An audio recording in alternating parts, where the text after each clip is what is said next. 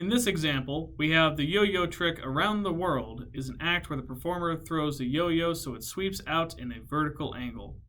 If the yo-yo string is 28 inches long and it takes 3/4 of a second to complete one revolution, we want to compute the speed of the yo-yo in miles per hour rounded to 2 decimal places. We also have as a note that 1 foot is equal to 12 inches and 1 mile is equal to 5,280 feet. In this case, if I draw a picture for what is going on here, we have the individual that is throwing out our yo-yo that is revolving around. We have that the yo-yo string is 28 inches long. And we know that it takes 3/4 of a second, or 0.75 seconds, to complete one revolution. In this case, we are trying to find the speed in miles per hour, meaning that we are working with velocity. There are a few different ways to approach this problem. I'm going to approach this problem using unit analysis, sometimes known as dimensional analysis or stoichiometry.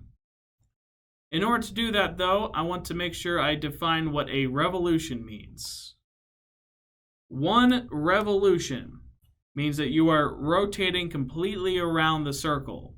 And what I eventually want to change revolutions into in this context is a distance measure. If you are rotating completely and completing one full revolution, then the distance of that one revolution is also known as the circumference, or 2 pi r. That means in this situation, one revolution is equal to 2 pi times the radius being 28 inches. So 2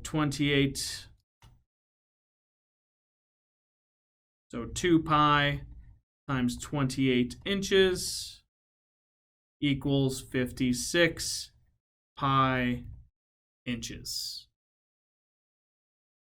Using this, I should be able to take my given speed, the 0.75 seconds in one revolution, and eventually convert into miles per hour.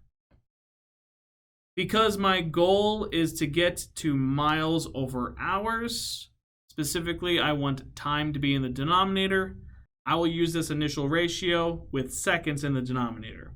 So I will say 1 revolution per 0.75 seconds, and I will start from there.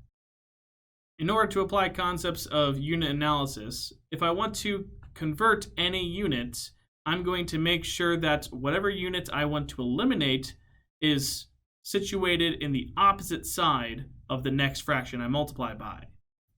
For example, here, if I want to get rid of revolutions and change that into something, say, for example, inches, I'm going to make sure that the fraction that I multiply by has revolutions in the denominator.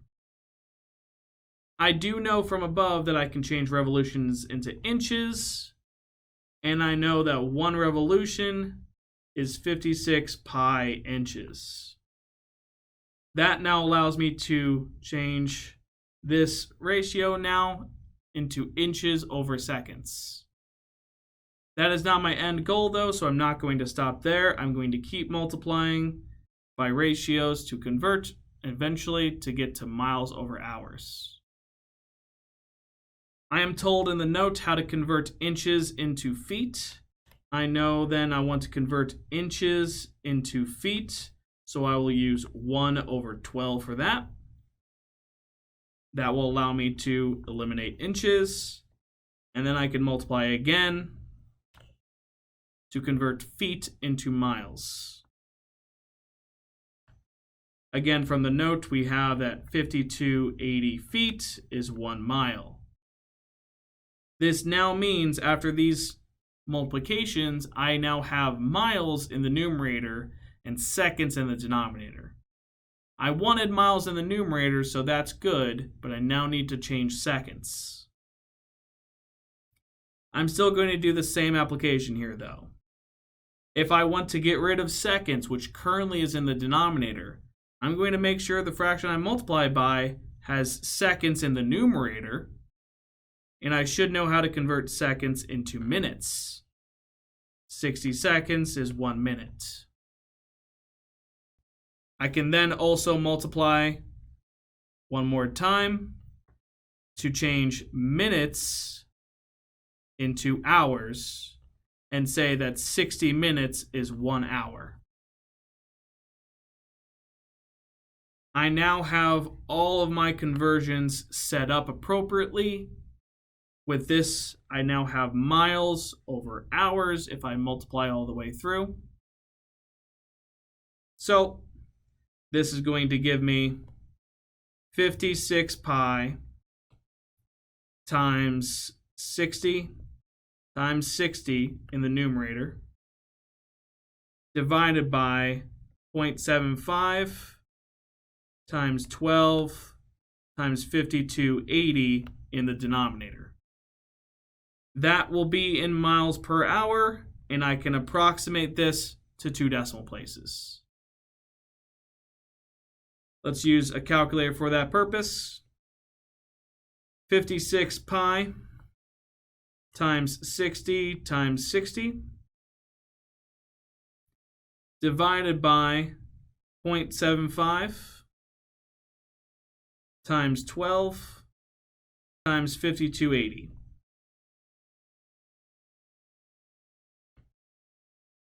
That gives me approximately 13.33 to 2 decimal places.